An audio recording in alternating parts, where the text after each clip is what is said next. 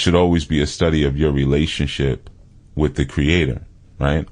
And, like I had shared, I won't go too deeply in it because I want this to be a brief segment, but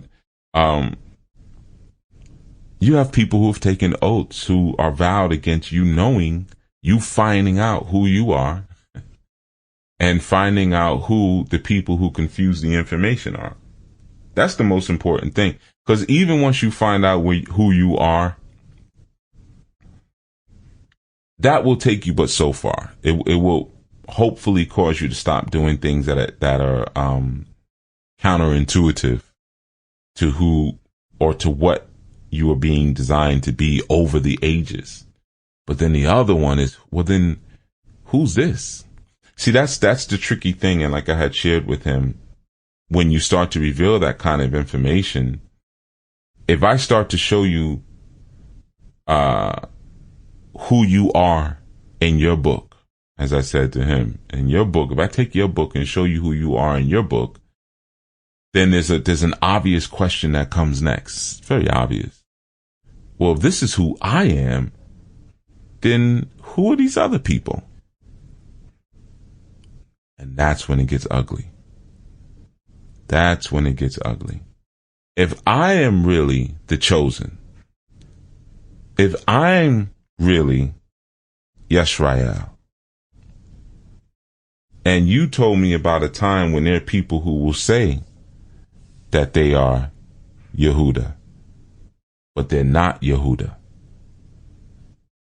They are the synagogue of Satan. Then who are they today? You see, so there's like an easy thing that like a lot of teachers don't do in those environments, and that they don't bring you up to date. So they don't tell you, things like, okay, when you see Assyria, for instance, in the book, it's speaking about modern day Iraq, or Gomer is the Ukraine, or Misraim is Egypt. So even when they see like Egypt in the book, they don't know it's not the Egypt that you think, right? Misraim, the house of bondage, the house of pain. And then you start to look at that and you say, well, okay, if it's the house of bondage, the house of pain, where's that happening? You start to get a better allegorical understanding, or like Phoenicia is Lebanon, right? So, I mean, there's all kind of things. And I was sharing with him,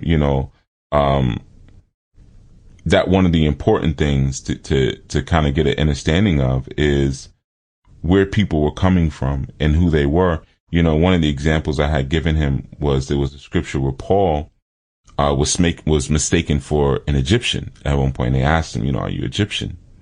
And he had signified that he was Hebrew, right? So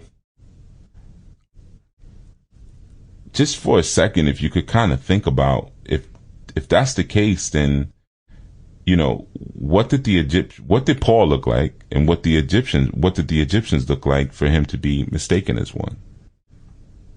Right? Now that's kind of easy one, right?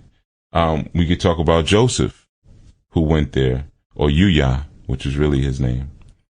Who went there, or I'll just say Joseph, so not to confuse some of you, or as some say Yosef, or Yusef, but who went to Kemet and blended in and became a ruler there, was given power.